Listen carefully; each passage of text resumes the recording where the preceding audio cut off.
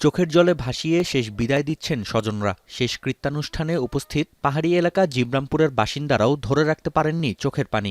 কারণ মণিপুরের ভাগ্যাহত এই ব্যক্তিদের প্রাণ গেছে জাতিগত সংঘাতে। 18 মাস ধরে চলা মেইতেই ও কুকি জনগোষ্ঠীর সংঘাতে বিপর্যস্ত মণিপুর। পাহাড়ি এই রাজ্যে ইতোমধ্যেই প্রাণ হারিয়েছেন 250-র বেশি মানুষ।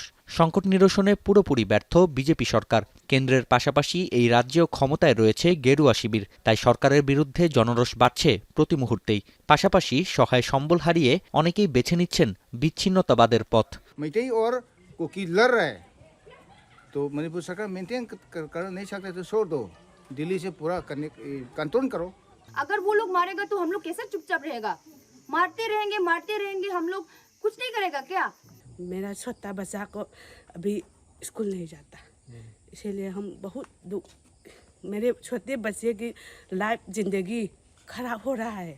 তবে এত ক্ষয়ক্ষতি, প্রাণহানি ও জনরোষের পরেও হেলদোল নেই প্রধানমন্ত্রী নরেন্দ্র মোদীর। রাজ্যসভায় মণিপুর নিয়ে আলোচনার জন্য প্রস্তাব উত্থাপন করা হলেও পার্লামেন্টের স্পিকার সেটি খারিজ করে দেন। সঙ্গে যুক্ত হয়েছে প্রধান দুই দলের কাদা ছোড়াছুড়ি। সংঘাত নিরসনে বিজেপির ব্যর্থতার অভিযোগ তুলে প্রেসিডেন্ট দ্রৌপদী মুর্মুর হস্তক্ষেপ চেয়েছেন কংগ্রেস সভাপতি মল্লিকার্জুন খার্গে।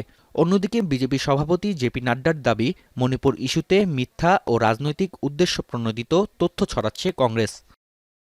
2 দিন বন্ধের ঘোষণা দিলেও রাজ্যটিতে শিক্ষা প্রতিষ্ঠান বন্ধ রয়েছে 10 দিন ধরে। তাই শিক্ষা কার্যক্রম পুনরায় চালু করতে এন বীরেন সিং সরকারের প্রতি আহ্বান জানিয়েছে মণিপুরের 6টি শিক্ষার্থী সংগঠন।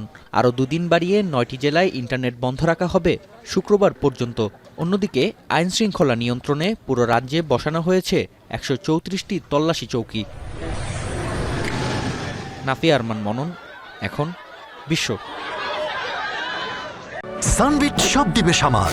সানবিট ম্যাজিক প্রেস ডিশওয়াশিং এর মাথা ঘোরানো সলিউশন।